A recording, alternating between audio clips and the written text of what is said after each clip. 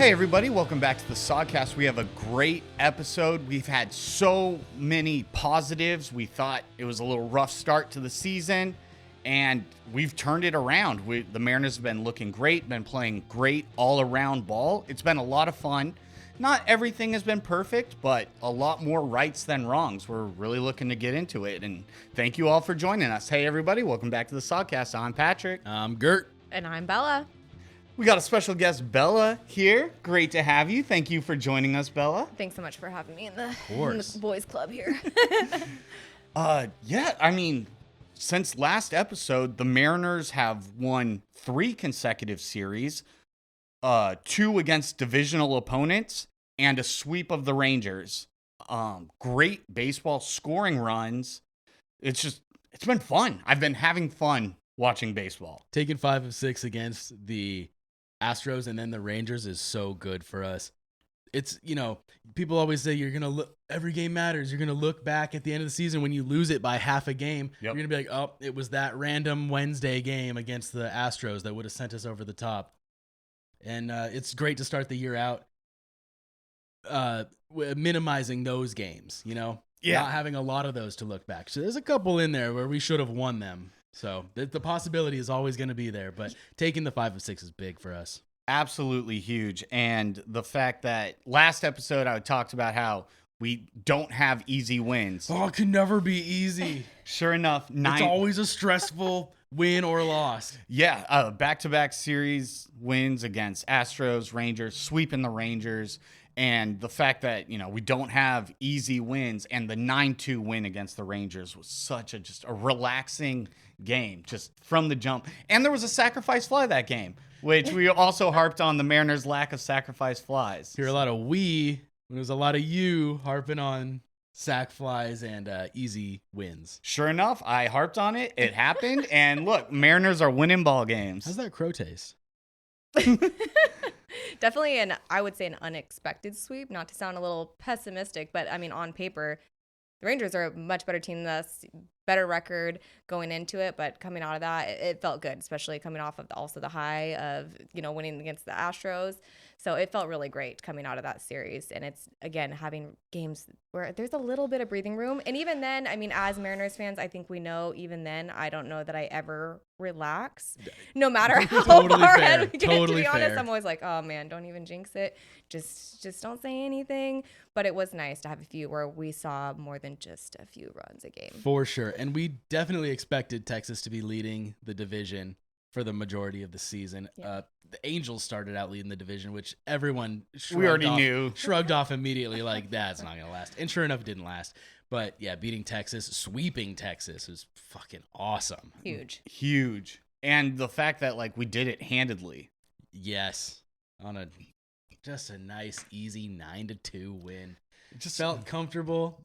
You're up by 7 runs, you feel good. If you're up by 5 or 6 runs, hey, it's anyone's ball game as a Mariners fan. Anything within slam range, you're like, and a little bit more. Yeah, as a Mariners fan, you can throw away a 6-run lead as the Mariners. It was so comfortable. We tried to send Rowdy for a triple, which, okay, first of all, getting a triple in baseball is already statistically not the easiest to do, and then we're gonna send Rowdy to try to bust, and that slide, if you want to call it a slide, you can't call it a slide. Rumble. That dude rolled into third base. I had to watch it a few times. It was good, but it was nice to have that cushion where it's like I wasn't so heated that it's like, why would you send him? You're like, what are you doing? You I was can like, laugh all at it in the right, moment. Yeah. That was funny. Let's get back to baseball.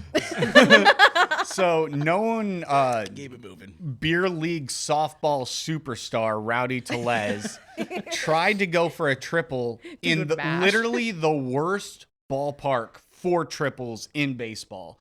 The T-Mobile Park has the least triples hit in it every year, and Rowdy went for one. And to be fair, it was a good time to do it for anybody but Rowdy Tellez. Fair. The thing is, anybody else would have had a triple. Absolutely. And standing up.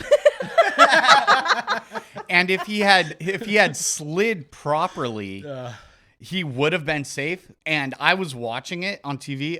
The problem is, Christopher Negron, our third base coach, he's a young, nimble guy.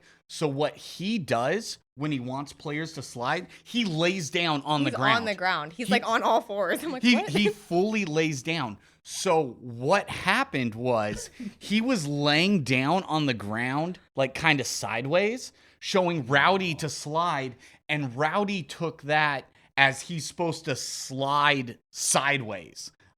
And Just did a and that's what he did. And it was pretty embarrassing. Do a barrel roll. Use the boost to get through.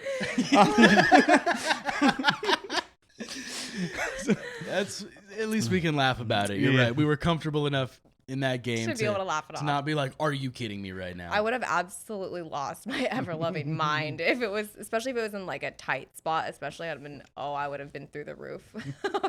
For real. I wish he would have gotten that triple though, just for the memes. Cool. Let's see. Other positives. Cal has started using the torpedo bat, and he's hitting the shit out of the ball, crushing it. 6 home runs in his last 6 games. Cal's gonna hit 40 home runs this season. Just got his 100th home run. Got his 100th home run. For the 4th time in his career, he homered from both sides of the plate in the same game. So cool. It's crazy. We are so fortunate for Cal, and he's really becoming the superstar of this team. Like, Cal is playing like how we kind of want Julio to play, right? Stealing bags. He's sneaky with it. Especially being a catcher. I think of anyone who can time and find those spots and find those sensitive areas. Where it's like, oh, yep, I'm going to get you right there. I see where you leg right here. And he can catch people slipping, and he studies the pitcher and the catcher differently, and he's crafty like that. And you're right. You'd said a lot last year of like Julio, and it's like when Julio goes, the team goes. And now it's when Cal goes, the team goes. It seems that way for sure. Cal's really stepping up into this leadership role. Think ever since they paid the man. They got them He dollars. got the money. And you know what? I'll give it to him. Cal's just a stand-up dude. Even before he got paid, he's been in this leadership role. Yeah. But to set an example for the rest of the team, he's just banging out there right now. Putting in that work. Yeah. And, it's so crazy. There was a little bit of controversy at the beginning of the year with the use of torpedo bats. We didn't touch on it on the pod because it kind of felt like TMZ, right? Like everyone was just harping on it, and it was like a big news story for like a week. And now it's just kind of commonplace. And it's not that torpedo bats were brand new. They had existed in the past. It was just the Yankees used them. They hit 9 home runs in a game, and it blew up. And seriously, it's 100% legal. The bats started legal, so like, why? It's weird that it was even an issue. Some haters got salty. They're like, that's the reason why they're doing so good. Like, no, dude, it's not. That's exactly whatever you what need it to is. find a reason to rationalize it. You do that. For sure. And then after that game, every team ordered a shipment of torpedo bats or tried to get their hands on the guy who can measure exactly where that player hits the ball off of the barrel, where they need to move the barrel, and whatever they're doing out there. Everyone's going to be using these torpedo bats. Some guys try them out, don't like them, whatever. And it's working for Cal. Cal's using it left-handed and then it's working. Going standard style right-handed. I did hear, though, that I think just the weight felt different for his right-handed torpedo bat, so I think they're going to tweak it a little bit, and then he's going to get... But as of right now, it is left-handed only for him for his torpedo bats. But damn, keep hitting mammoth home runs and use whatever bat you want. Yeah, whatever you're doing is working. So. Clearly. I'm for it. We haven't had hitting technology improvements in... You can't tell me how long. Too long. Well, pitching is just getting better and better and better and better. So this is great for the game of baseball. I love it. It's the next best thing as to like let everyone take steroids. that old argument. Send it. Yeah, it's full metal bats for everybody. Yeah, metal bats and steroids. Let's do it. No, this is great. League. It's just gonna make baseball more fun for casuals who just want to see big home runs, and that's fine. I'm fine with that. Speaking of triples, I saw this stat that I thought was crazy. Julio has 7 triples in his career, and 5 of them are at T-Mobile Park. Really? Which is weird because, like I said earlier, T-Mobile has the worst dimensions for triples. Yeah.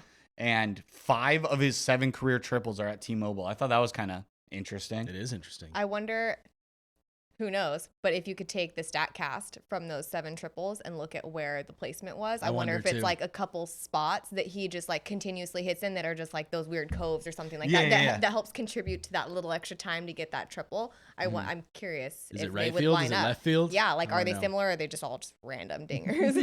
Are they situational? Like Yeah. lost it in the sun? Are they, who was playing defense on those triples? You Yeah. let the Errors, ball yeah. roll to the wall.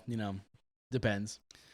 Could be total coincidence, but very interesting. And he hit that triple during the Rangers series. And for anyone that was watching the Rangers series, their outfield defense was so bad. Yeah. They took, the Rangers took terrible angles to the ball multiple times. They did it on Tellez, Rayleigh, like anything to the gap. Their center fielder and either left or right fielder they would like come at the ball directly instead of angling. It looked like very poor coaching, and it worked out in the Mariners' favor, but that was really shocking to see so many bad angles from a major league outfield in a series from a good team, too. It's not like the Rangers are slouches. And they're Right. doing well, so it's kind of usually defense is kind of important. So yeah, I mean, It's yeah, part just of the no game for cohesion sure. there. I mean, speaking of errors too, I mean, this past series with the Reds, De La Cruz got eaten Oh up my at God. short. I'm like, what is going on? I'm kept trying to watch. I'm like, are you doing something weird with your glove? Or like, what is going on? But man, I almost felt bad for the dude, but not really. But it's like he was getting eaten alive at short. I do feel bad. It's not a fun thing to see Ellie De La Cruz like just botch it. Ju- It at short. sucks. I like him. Everyone likes him. He's a likable guy, fun For player, sure. Yeah. and I want to see him play well. I'm happy that he fucked up so In many our plays favor. against the Mariners. But it's like, oh man, I don't want to see this guy have 6, 7 errors this early in the And season. What is it? eaten 6? I think it's Ellie De La Cruz has like 6 or 7 errors Jeez. already on the season, and he led the majors in errors at shortstop last year. Think he's So- too tall. I don't- Almost. I mean, he is. He's a tall. big He's dude. very tall. He's You like see him when he's 6'6", standing next to the dudes when they're 6'7". on second. Like you start comparing heights. We're like, damn. Before I just spout nonsense, I'm gonna see how tall he is. He's definitely tall, and that whole series for the Reds that the Mariners took 2 or 3 from, third series win in a row. 6'5". 6'5". That's still very That's tall. huge That's for a real shortstop. tall. It's like pitcher height. Yeah, You should be at the bullpen, sir. How tall's JP? 6 feet tall? maybe 5'11". maybe 6 feet. Okay. You know, Yeah. wrestle Sure. wrestle booking. Um, Standing 7 foot 8 inches. but JP Crawford at short. But De La Cruz, I mean, even I think it was game 2, literally the very first pitch of the game, Julio Rodriguez roped a grounder to short, and he booted it, like first play of the game, just in and out of his glove. And then through the rest of the series, just misplaying balls, bad throws. His defense is shockingly bad. It was rough to watch, to be honest. I mean, again, thankful in our favor, but rough to watch, especially for a player who it's like, man, like, you having a rough week or what's going on, man? You got the yips. Yeah, you good? Maybe. Yeah, I got some notes on Ellie fucking up plays. I mean, on Thursday 17th versus the Reds. Oh, that was a morning game. That was bright and early. Okay, that's 9:40 in the A little morning. too early for you, boy. But I watched it. And it was a good game. It was a fun game. And we won that game. But yeah, dude, toward the end of the game, there was a lot of weird Ellie situations.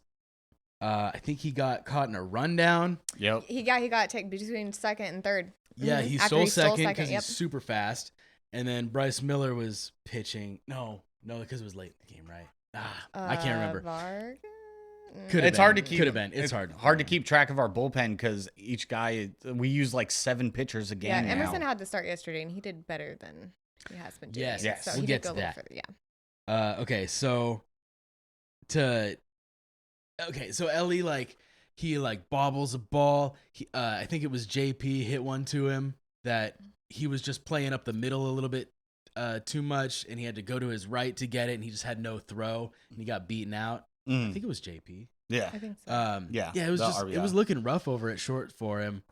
And then that rundown, he stole second and immediately tried to steal third because he's super fast. Of course, he's gonna try to steal Like a third, gazelle. but he got caught in the rundown, thrown out, and then the next batter hits a gapper that would have totally scored that run.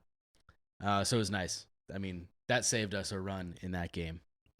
But yeah, man, I want to see Ellie do well. Not against the Mariners, Not for against sure, the Mariners. but Every against every other other game. team, I Yeah. want him to do very good.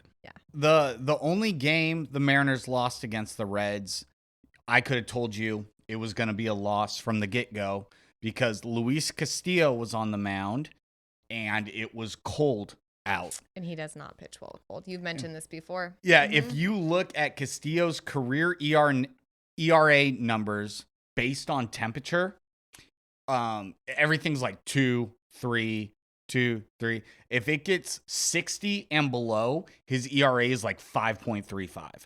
Relatable. The dude does not like to be chilly. And honestly, that loss didn't even bother me. Like, we were texting about it, and it was like the Mariners just didn't have it. It's not like they had it. I mean, they did give away the lead in that game, but it just, I don't know. You're going to lose games in baseball. Yeah. And that one, That was one to lose. that was one to lose. That's all right. I didn't have a problem with that loss at all. It was like, okay, Castillo clearly didn't have it. And that was the one where Demo led off with a home run. Yep. And or he had 2 home runs. Yes, Demo but does it all.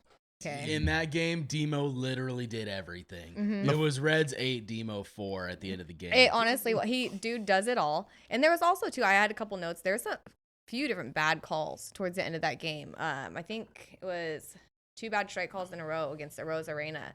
And I mean, I will say it was a pretty good frame job by their catcher. Like, he was doing what he needed to do. So I'm like, kudos to you, sir. I see what you're doing there. But like, even on the little EQC tracer and stuff, I was like, you motherfucker. But there's some rough calls for sure. But I mean, that's not gonna make or break the game for sure. Just a small part of it though. It could. I mean, it definitely can at times. It has. Yeah. It definitely has. Dude. Demo, though. Demo Love was it. I want on to clone him. Demo was on fire in Cincinnati.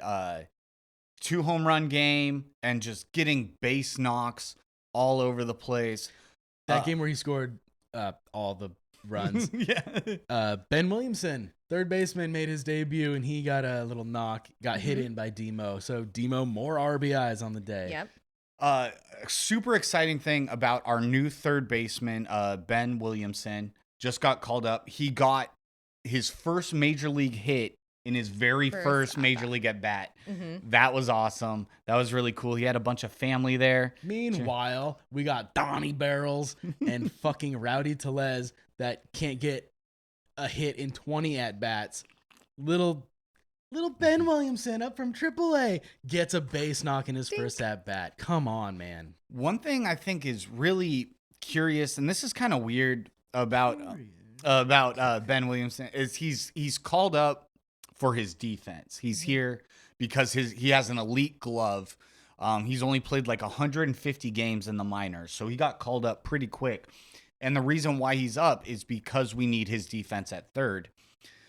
But this was a weird criticism from him, and like not even just like online, but also Goldsmith and stuff were talking about it like, oh, he's not going to be a power hitter. He's not going to hit 30 home runs a year. And I was like, who? Bold of you to assume. Well, also I was like, who cares? You don't need him to do that. Like, I mean, if he makes contact, if he gets base knocks, he can throw the ball to first base. Yes. And that'd be nice. And he's now played 3 games in his career, and he's on a 3-game hit streak. So, like, I don't know. It's kind of like this weird stigma of like third basemen should be power hitters and stuff. And they're like, well, he's not going to hit those home runs. And all I could think, like, it was weird hearing it from even Goldsmith. Like, that was a criticism on Williamson. And I'm just like, why does it matter? Yeah, that is very strange. You've got Cal Raleigh, you've got Julio Rodriguez, Randy. You've got Randy. These are power hitters in your lineup. Yeah. You've got guys. Nuke Rayleigh. Yeah. These guys can hit bombs. You Polanco's been swinging. Polanco. You do not need Ben Williamson to be a power hitter. Yeah. Especially where you slot him in the lineup makes a difference for that too. When he's young, he has so much room left to develop, right? And so you just never know. It's like next year he could come back with 10 pounds on him, and maybe he'll be a power hitter. You know what I mean? You just never know.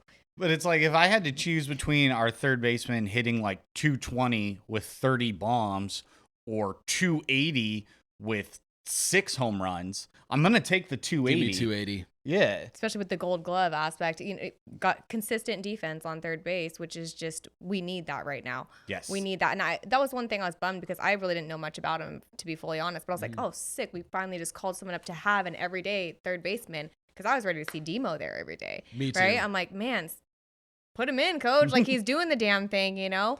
And so I was glad to see him come up, but we didn't get to see him play much defense in that game. I feel like we didn't really get to see much of his defensive skills. So I am excited to see him play more and to see what he does over in the corner. Because I think the next day, Master Boney, or I have a hard time saying his name. I think he played third the next day. It's Master Boney. I'm gonna call Who is good? He's good. He's been great for us. I'm a firecracker. For sure. We went into the series, or the season, like, yo, Master Boney's career numbers are not good. They're terrible. They were awful on the Cubs. He is filling a role on this team right now. He's been making great plays defensively. Him and Demo have both played a great third base, and now they can kind of have him at second, especially if Ben Williamson is getting more playing time at third. Mm-hmm. But, yeah, like, Master Boney's numbers, like, when he started his career on the Cubs, and his numbers were atrocious. They were so bad. And we watched him in spring training, and we're like, wow, he's really hitting the ball well. He might make the roster. Well, we thought that about Rowdy Tellez, too. This is different. He's continued it into the regular season. Yeah, Miles has been awesome for us, making plays, plus defense in the field, and just putting the bat on the ball and getting a lot of hits. And, yeah, he's been super fun to watch. He's being a Demo. Yes. He is our utility guy. Mm-hmm. We really have 3 utility guys on the team right now. True. Rivas is playing a little bit of second base, but, dude, Miles Mastroboni and Dylan Moore are getting it done. Well, I think the vibes are good with him, too. And we talk about it sometimes, just how the energy with the team can very much dictate how you play with that team. And I never saw him play with the Cubs, but maybe the vibes were off there. He seems, for being, not with the team that long, he seems to be meshing really well with the guys. If, when you watch and just how they all get along, he seems to be having a good time and fitting in really well with the guys. So maybe that's contributing to his mindset and how he's playing, too. For sure. Maybe he just likes it here. Yeah, feeding off that energy, and the boys are having a good time, and they're hitting the ball. Yeah. And, I mean, we've been hitting the ball great. That is, like, the most shocking thing from this past week. Piecing together hits. Piecing together hits is unheard of. Not just swinging out of our shoes every time. Are you sure that's not what we're supposed to do? Oh, that is what we're supposed to do. We are breaking new ground. Getting base hits out here. Getting doubles? Are you serious? What? Getting a double and then getting a base hit? Yes. It's ridiculous right now. It's been fun.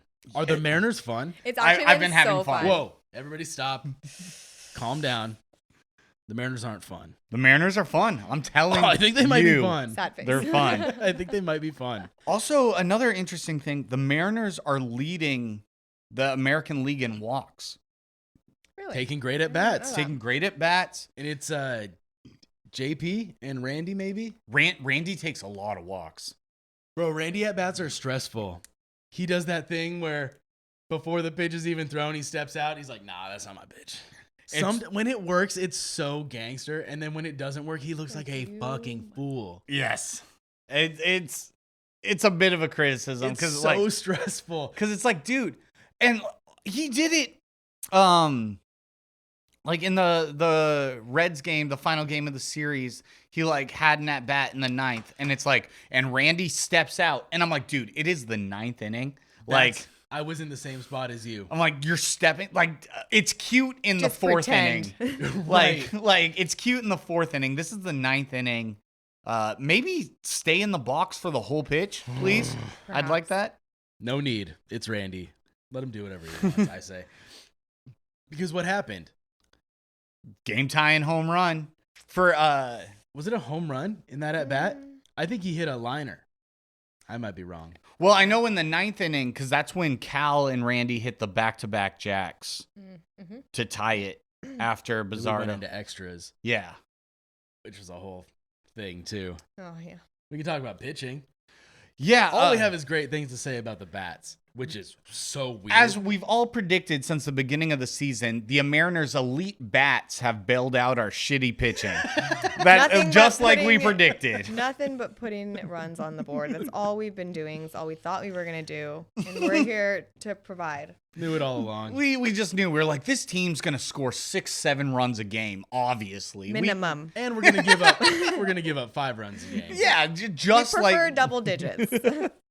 This whole like win a game by 1 run, scores 2-1. that's old hat. That's old.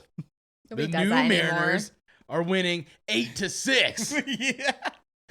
And I've always said, After having gone down on it. yeah, I've always said an 8-6 game is so much more fun than a 2-0 game. Yeah. I want to see we want to see offense. Score runs and bail out your pitchers. Like an elite pitching performance and winning 2-0 is like cool, but it's stressful the entire time, and it means your bats also didn't get shit done. Mm-hmm. So you win 8-6. You bailed your pitchers out. You helped them. They didn't have their best day, and the bats were cooking, and the bats have been cooking a lot. I saw another interesting stat. Polanco is leading the team in hits and RBIs, which is crazy because he's missed like 10 games. And he also does not look injured. I think it's his last hit. I think it was a double, and the way that he booked it and slid in it, he's looking just fine. I think it was very much a hush-hush situational, maybe shift things around without, really calling it out. They sometimes do that, Like, but hey man, your defense is dog shit. we're going to say kind of injured, but his DH him. He's Let it- doing fantastic. He's There's no hitting. why. This looks great. He's our best player. Yeah. He's our most hitting player. Him and Cal right now, and Randy are, I would say, but Polanco, clearly has the best stats, I would put Mastroboni on the list of our top 3 best players right now. which And- is and Demo. crazy. You can't forget Demo. And Demo. If you took Cal, Demo, and Polo out of the lineup, yikes. Oh. Forget about it. Now we're Forget talking about Mariners. it. Now we're talking Now- Mariners. That's Mariners baseball. Now we're playing baby. ball, boys. Oh. Another guy who we're a huge fan of and has been getting a lot of stuff done, Luke Raley, threw a runner out at the plate. We've talked before. That was a missile. A missile. We've talked before about his plus arm, and he's putting a charge, gotten a couple more home runs. Oh, yeah. And when Luke Raley hits a bomb, it is a bomb.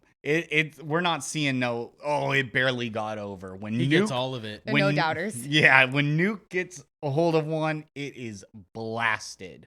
I love Luke Raley, and this is kind of a weird thing because I love Victor Robles, but Raley's arm is better. Luke has better defense. Yes. Yes. His arm And is more I don't think that's accurate weird and to say. stronger. Point it out. Yeah, and it's just, but we need Robles in the lineup too. Obviously do. it's moot right now because he could potentially miss the entire season Right. with his injury, but it is like a good problem to have of like, who should we put in right? And honestly, if Robles was healthy, I guess we have him in right and Luke at first and get Donnie Barrels and beer league Yeah. softball guy out of here. I'd rather For have sure. Nuke Raley at first, for sure. Yeah. For sure. Because we've definitely been pushing for his playing time, and it's kind of unfortunate that his playing time is because Robles got hurt so bad, but it's nice to have him in the lineup. There was one instance, this was during the first game of the series with the Reds. Dan made a decision that I did not care for. It was Ben Williamson's first game, and he had his base knock already in his first at bat, and they pinch hit Luke Raley for Ben in like the 7th inning or whatever.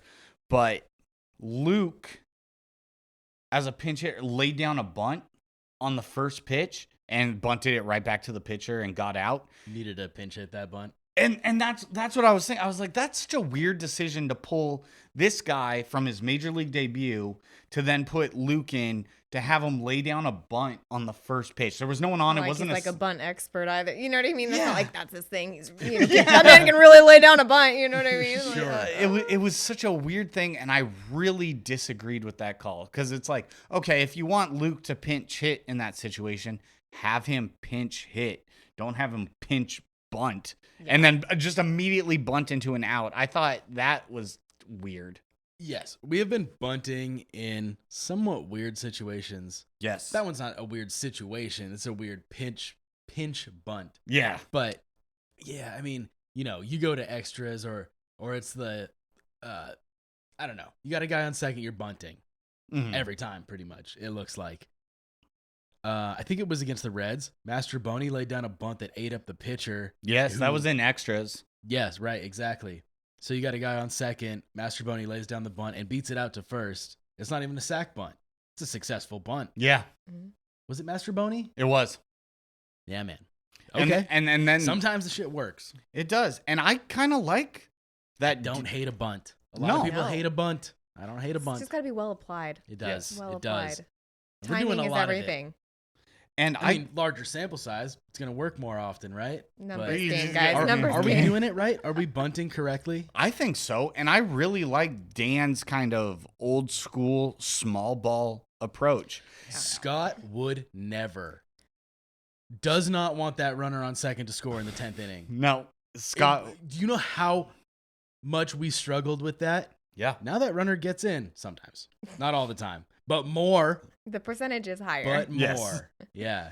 Yeah, it's I really like the small ball aspect, and it's kind of been a lost art, especially a lost art for the Mariners when Scott Servais was our manager, because that dude refused to bunt, and that's because he has. Send it. That's because all he did was listen to the analytics team being like, "Well, they say bunts are actually improbable if you crunch the numbers." Shut up, nerd! Fucking lay a bunt down. Yeah, too much computers. It was like reverse Moneyball. It was like, shut the fuck up. Like, Man, yeah, when Miles Mastrobuoni laid down that bunt that the pitcher just wasn't there for, couldn't handle it, wasn't ready for it, I was like, genius play. Big time baseball right now. So we have covered so many positives, and truth be told, it's been great baseball. It's been a lot of fun. It has not been perfect baseball, and we don't want to harp too much on the team when they are winning games. yeah.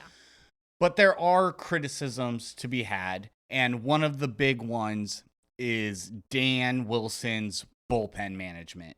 We saw it in the final game of the Red Series with Vargas walking back-to-back guys. On Leave- 8 pitches. Eight I think.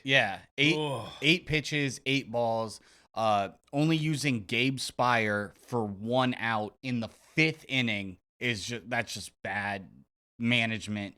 And then this is the huge one, Bizzardo, who has been wishy-washy for us. He started off a little rocky, then kind of found his own. And then in the final game of the Reds, with us up by 2, it was 5-3 at the time. He gives up a hit and then a walk and then a walk. And at that point, it's clear, okay, he's lost his control. Yeah. You need to get him out of the game. The perfect one to put in that position would be Gabe Spire, but you used him. Yeah, and you used him 3 innings ago to get 1 out. And They go to Thornton there. Yeah. And this one, An arm you could have saved. yes. And in that one, they let Bizzardo stay out with hit, walk, and then he gives up the grand slam, which old Mariners, that's game over right there. Oh, no, it was still game over. In the moment, I was like, get the fuck out of here. You got to be kidding me right now. For sure. Yeah. And it was former Mariner Jake Fraley, first home run of the year, and it's a grand slam to then put the Reds up 7-5 in the bottom of the 8th inning. And That's game over. For me, when I'm watching a game, I'm like, great. I was listening Great. to that. Good job, everybody. Because I watched this whole pack it time. up. Glad I started this game so early in the Off to day. Toronto. Let's try again tomorrow. Yeah. We do have to talk about the bullpen management because it's like, why are you using Gabe for 1 out? Why are you leaving Bizzardo out there to die and to give up a grand slam? And then he didn't pull him after that, which is crazy. He did end up getting out of the inning, but if you have a reliever going and it's a high leverage situation, 2-run lead, and you see a hit, walk, there's no outs. Why do you think that he can finish the inning? With the 3-batter minimum? Yeah, you get him out of there. Did he even get out of the inning, though? Didn't He we did. put in Thornton for the last batter? I thought he might have. We did, because he almost lost it, and we put in Thornton, and Thornton faced 1 batter. Mm-hmm. I thought and we that's was like, what thankfully, happened, and too. we thought maybe we'd see Thornton for the 9th, but then Money Munoz came in. Yeah. But no, we put in Thornton for just 1 batter. Yeah, I think so. And it's just like pull him before the grand slam, and obviously like hindsight 2020, but clearly if someone has lost their command and doesn't have control, and then you used up, and I'm really, really tired of using like 7 pitchers in a game. Doesn't always happen. Sometimes we get through a game with 4 pitchers. But it sets you back so far, and we just saw that because we had, I don't remember what game it was, but we had the game where we just... It was Emerson Hancock's start. Yes, because they were actually talking about that because he was like, they were comparing his start yesterday to that start, and they're like, He had a great start. we got him further into the game than we needed to because they're talking about how far back it took us so many games of trying to get the bullpen back to full caliber from just that one day of draining it. So having another day like that where we go through so many guys, and especially to put Gabe the Babe in for 1 inning, throw Thornton in there just for 1 batter, like just getting it wet for that. Come on, man. Like, really? Damn. And thank the Lord and the new and improved Mariners bailing out the shitty pitching. Cal leads off the top of the 9th. We're down by 2. Home run. Juicy, yeah. Randy comes up. Home run, just like that tie ball game. Yeah. And I mean, this is the new Mariners. We're clearly hitting the ball. We found our groove. And I've always said hitting is contagious. And it's clear, like, once the bats start cooking, you can bail out your pitchers and you can bail out our bullpen that has been a little shaky outside of a couple guys. Was it Troy Taylor? Ooh, rough. Came back from injury, and his ERA is infinite.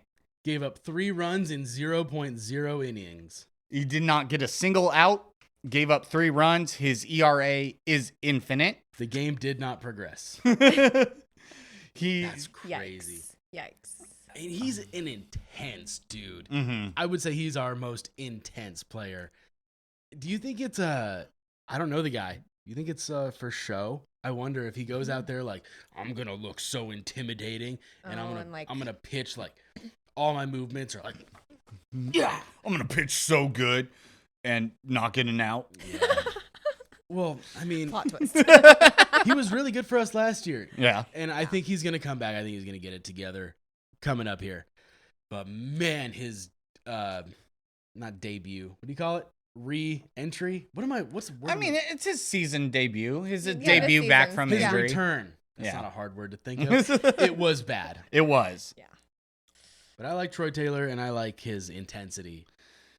Yeah, and we just It's a nice change of pace from like good vibes only. Not when Troy Taylor's out there. It's bad vibes. Somebody brings up presence, just kind of a different presence, totally. Yeah. Who is Stanek? He was one of those people where he had a very, he For came sure. off very angry, had such a presence about him. And it was so interesting because obviously, we hate the Stros. So seeing him be on their team, like, fuck that guy. And he's eaten us up so many times. But then when he played for us, we got to see such a different side of him. And like, everyone's like, he's like the nicest guy ever. And I'm like, does not come off that way. Mhm. Yeah. Yeah, we need to see more Troy Taylor. Like, what's your favorite hot dog flavor? You know, Hot dog flavor. Come on, Mariners. the little Get side your little interview. quiz. So we just we definitely need Dan to clean up his bullpen usage a little bit. And honestly, that's my only real criticism of him so far. There's a couple questionable decisions here or there with like pinch hitter and kind of an odd situation or like pulling a guy from a game, but nothing as egregious as Scott would do. It's not even in the same ballpark. Scott would have a guy 3 for 3 and would pull him because he's left-handed in the 7th inning. God. So, Did you guys see Scott's interview on Foul Territory? I saw that it happened. I didn't watch it. I watched clips because I knew what it was going to be. It was going to be Scott like, yeah, well, I'm on a new team now. Okay, cool. That's really what it was. With his Scott face. It was nothing crazy. It's AJ Brzezinski interviewing Scott. Oh, that sounds like hell for me. I hate both of those guys. I know. It's whatever. Use that as torture. Lock me in a room and play that on full blast. I gotta watch AJ Brzezinski talk to Scott Servais. It was I'd rather watch the 2014 Mariners. Yeah, I mean, it's kind of exactly what you would expect. It's not no one's throwing shade. No one's like. It's a lot of like, how are the Padres different from the Mariners? Leading question, trying to get him to talk shit, and he's like, yeah, man, different staff, different guys, different things. He's gonna keep it a class And act. you're like, good answer. Yeah. Yeah, that's basically what it was. And that's General Scott for you. Just toe the line. He never. I don't know. I'm glad he's gone. Me too. I like Dan Wilson. And I will say I'm still up in the air on whether Dan was the right decision. He's just so green. Mariners alum. Yeah, So super green. And yeah, I mean, I love the sentimental. Grew up watching the dude play, so it's like I love him, and it's cool. It's like very like romantic, right? We love to make baseball romantic. How can you not? It does it itself, really. We don't have to make it that way. So, but we'll see. But they didn't interview any managers. That was weird to just go to Dan. I mean, it's easy to be very critical of Dan, and I'm watching games trying to be critical of Dan, and I'm like, it's not that bad. No. Yeah. Sure, there's a few mistakes. Like you're saying, bullpen management is kind of one of his biggest issues. Yeah. Is it that bad? It might be. If it continues this way, if we're using our bullpen in this way, or maybe he adapts, he learns, and he's like, let's get through this game with 4 pitchers. And that's what I'm really hoping for. And the big concern is using so many relievers in a game. And yeah, the Mariners have played the most games within 3 runs of the opponent, which means pretty much every situation is a high leverage situation. And I mean, that's why you use Gabe in the 5th. Yeah. It's always high leverage. Naturally. But the thing is, we don't want our bullpen to be tuckered out by July, right? We're using so many guys in so many high pressure situations, and it's working out for us right now. But what happens when it's June, July, and our bullpen is just taxed out from just so much usage? Well, I mean, when Kirby comes back, I think things will be a little different. That is true too. We're dealing with a 5th starter, and we switched it up. We threw Wu out there, or we threw Emerson Hancock out there so that we could. Go ahead. Oh no, I was actually gonna say on that point. I was going off that. I actually took a note of that. I really like that move by Dan. Wu was supposed to start the 3rd game of the Cincinnati series, and however, he had Hancock start and pushed Wu back for the Blue Jays series. I thought that was actually a really great move on Dan's part. He kind of had faith that the team would take the series, and he wanted to have Wu for the opening game of a Boston series rather than a spot starter. Give him that extra day. Yeah. And I thought that was a Boston series or the Blue Jays series? Sorry, Blue Jays. Okay. You're right. Yeah, Blue Jays series. Starting tonight, Wu's on the mound tonight. One more interesting fact that I would like to bring up. This is going back to the Texas series, but my buddy Andrew messaged me from Boston. What's up, Andrew? And he mentioned that the strikeout total for the Rangers series for the Mariners was 8, 7, and 7 in a game. Under 10 strikeouts a game for the entire series. And I don't think there was an entire 3-game series last year that the Mariners struck out under 25 times, right? No. So the strikeouts are down. We're putting the ball in play. Good things happen when you put the ball in play. And it's kind of really nice to see this revamped offense and like everything kind of cooking. Yeah. Before you got that number from your buddy, Andrew, what's up? you were very much like the hitting philosophy is fucked right now. Yes, the taking first pitches and stuff like that. And I didn't see that really in the Red series. So where are you now?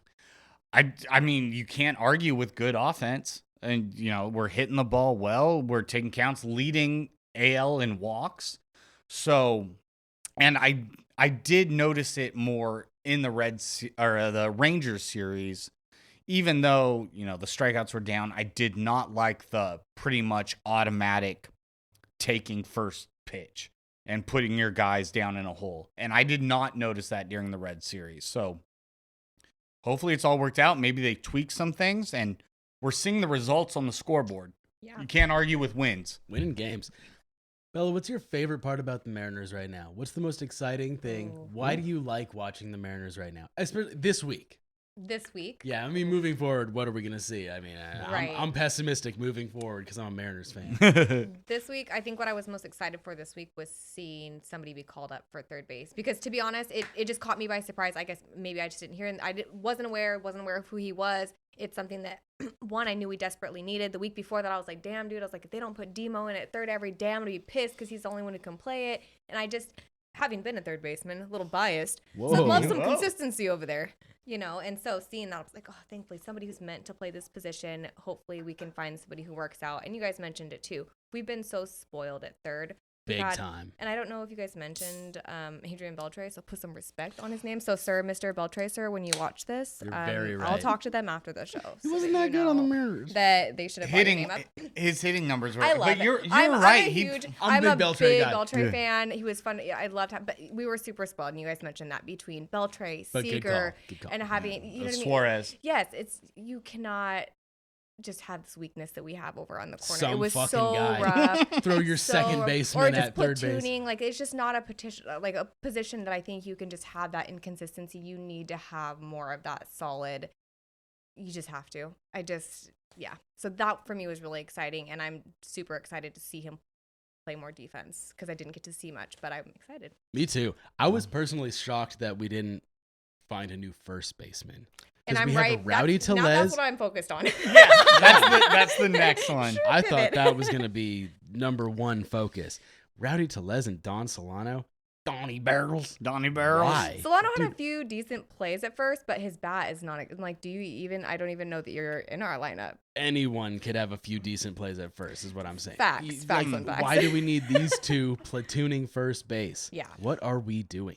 Get a guy in Waste there. of a roster spot, really. Waste of 2 roster spots.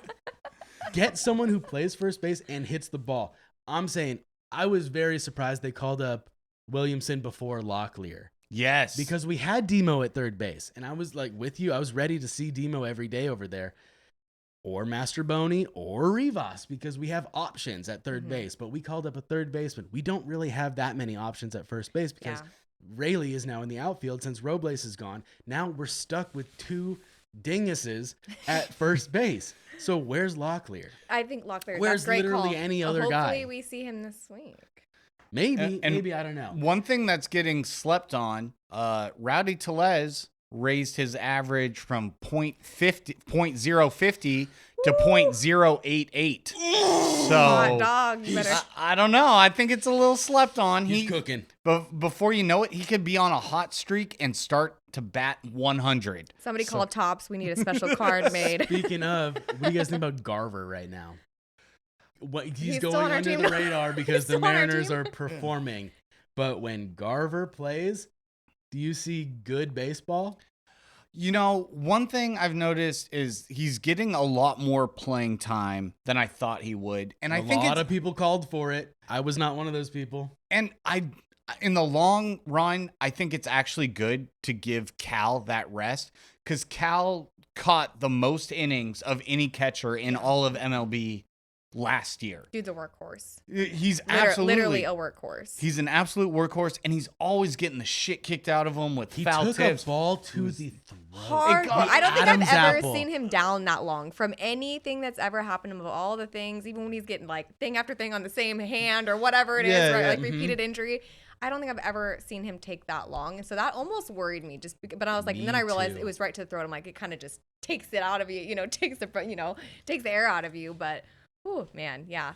My God, that was very scary. I was like, no. I was so worried listening to it. And then, of course, Riz and stuff, because I was listening to that on the radio, and they're like, well, Cal's fine now. It took a couple minutes. Got to shake it off, catch his breath. Yeah, it's crazy. Do you remember when Riz caught that ball to the throat and it was mic'd up, and he's like, "Yeah, it's a foul." I think it got him in the back of the head. It doesn't matter. But yeah, and Gary Hill's like, "Did that get you?" And he's like, "Glad he's okay." How Cal felt in that moment.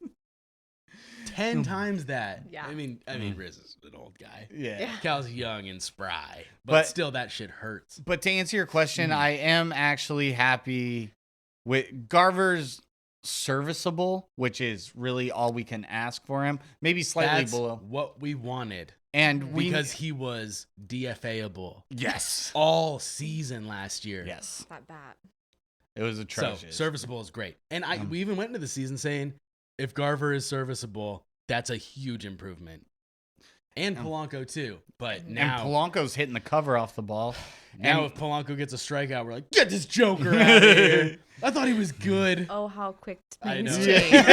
Crazy. But Garver, honestly, I like, as much as in a perfect world you would have Cal in the lineup every day. He's a catcher. He needs his time off. For sure. And he's an absolute workhorse. So I like that Garver is serviceable, and we're giving Cal some much needed time off. Although I still feel like Cal will lead the league in innings caught again this year. The dude is always out there. Yes. I got another question for you guys. What's up? I'm terrible at handedness matchups. I can't remember who bats left, who bats right. It's just not my thing. I just want to watch the guys play ball. There was a game where Dan held off on Polanco, maybe Rayleigh, and he held off on his switch hitters or right-handed hitters, left-handed. Rayleigh's left-handed, Polanco's switch. Okay, I guess he held off on the left-handed hitting. Are good hitters until late in the game. Now I wish I knew if we won that game or not, because I was listening on the radio and they're like, "Yeah, it's weird. We haven't seen Polanco yet. It's Dan doesn't want to put in this guy." We kind of started our sneak attack from the left. Yeah, a little sneak attack action on the later half of the game. It's like, by the way, we have guys who hit from the left side of the plate. What's up? Felt like a good decision from my standpoint. Yeah, if it was strategic, I mean. Yeah, if it works. Yeah. Did we win? Wish I knew. Who knows? Gonna have to check tape. I was hoping one of you guys paid a little more attention than I did. Apparently not. We're just here for fun. We're just having a good time. And so the Mariners are rocking a 3-series win streak, 2 of which were against division rivals, including a sweep of the first place Rangers. And now tonight, and for the next 2 days, we are in Toronto. Got a big series against the Blue Jays. And then my most dreaded, I hate this so much in the scheduling. After the 3 games with the Blue Jays, we go to Boston for 3, and we do not have a travel day home. We literally play from the East Coast and travel and play at home in Seattle the next night without a travel day. Since the very first episode, I hate that so much. The Mariners are the only team that gets screwed like that because just by geographical location, we have to travel more than any other ball club. And to go East Coast to West Coast without a travel day is a fucking war crime. I hate it. It's bullshit. Should be. Yeah. Shit's brutal. It's not fair. It's not fair to the team. That is such a brutal scheduling. I hate it. Do not like it. They gave us a nice off day at home. This is our the trade-off. That was you want a home off day? Okay. Travel from the East Coast to West Coast and play the next day. Yep. Rough That's what we trade-off. get. I'm excited for this Blue Jays series. Me too. We have Wu starting tonight, which was a great decision by Dan. Yeah. You want to start the series on the right foot. You don't want Emerson Hancock spot Fuck starter. the left foot. It's a terrible foot. Useless. You don't want Emerson Hancock to start the series. And to Emerson Hancock's credit, he did bounce back from his god-awful first start. I will say I don't want to see it again. One good start does not make a pitcher good. I'm still low on Emerson Hancock, and I don't want it. He's got a lot of growing to do, that one. Yeah, and I think he's fine in his role as a occasional spot starter. Immediately, no. No, but that's, I don't want it anymore. But that's what he. Thank you for doing what you did. Stop doing that now. It's been real. That's where I'm at on Emerson. I feel it, but I mean, I don't know. What else do we have though? We need somebody else to be. Luis F. Castillo is not the guy. That's the other option, right? Yeah. Those are our two spot starters, and F. Castillo is not the guy. If I had to choose between Emerson Hancock and F. Castillo, I'm going Hancock. Tough call. Well, it's not a perfect we have world. a smaller sample size on Castillo. Mm-hmm. Yeah, but still, he stinks. And we don't have anyone coming back soon from injury or anything. Kirby's not too long. How long do we have for Brash? So both of them. Brash is Brash. playing. You know what's He's crazy? Playing baseball. Okay. Brash has not pitched since 2023. That's so that was sad. such a bummer. That's for so him. sad. Yeah, but you remember that J-Ram clip where he's banished into the shadow realm? That was on opening day. I was there for that one. That one was crazy. But it was Hard weird. to forget. It's weird that Brash pitched in spring training. So it was like, oh, he's closer. And then ramping him up. And then he pitched in spring training, and then they re-shut him down. Mm-hmm. And so now, I don't know. I keep up to date with the Brash and Kirby news. He's playing in Tacoma. And it seems like they're getting ramped up. I know Kirby has been throwing more live bullpens, but I want Kirby back and ASAP. And also the thing is though, is as our starters go on in the season, they're going to go deeper in the games as their arm strength goes up. But Kirby is going to be starting at square one. So, he's going to get called up hopefully sooner rather than later. But even let's say it's in May, and then he's going to be on a 70, 80 pitch count, maybe even less, depending on how the game is going. So that's kind of tough. I don't think it hurts to have Emerson Hancock in your back pocket. Your pocket. But he's not in the pocket. He's on the field. Well, and that does hurt. But he's not that good. Are you saying you'd rather have F. Castillo out there? Nope. Well, then there you go. You got to pick the lesser of two evils. Emerson Hancock has proven himself in the past, and I don't want to let one shit start. You've got Diaz.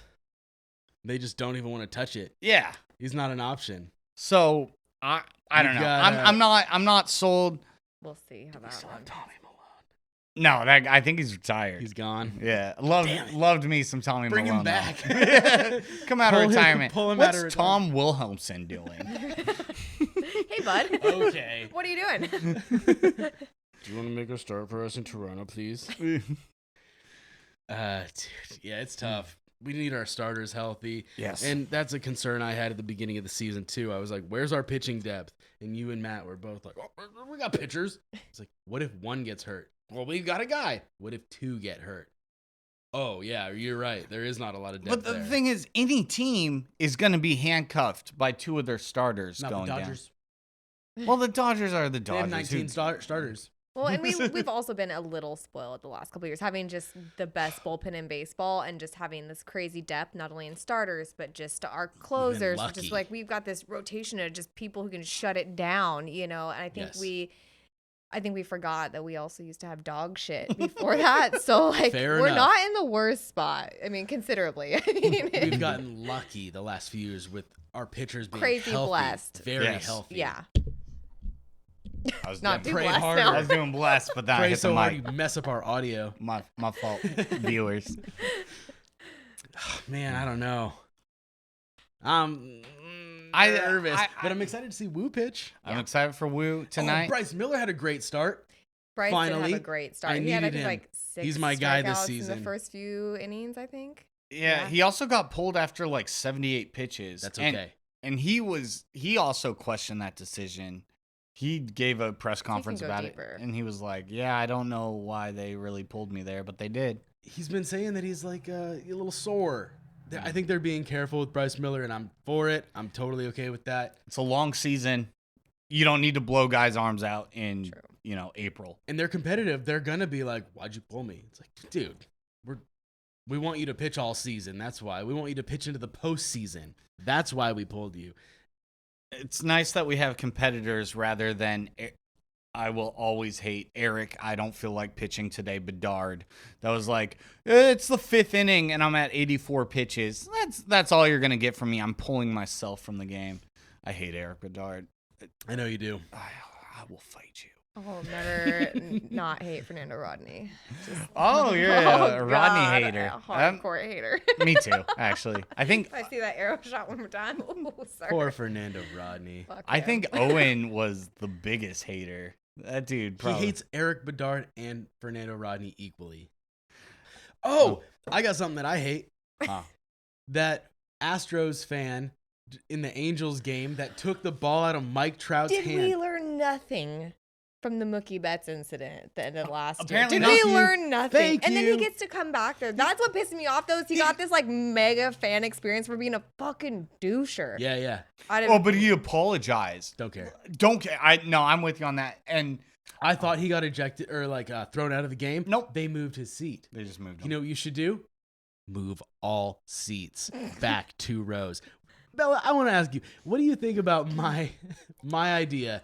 Get the fans out of the even reaching into play. I thought that was a really interesting conversation and back and forth. Hate fan interference. No, I agree with you, and it is.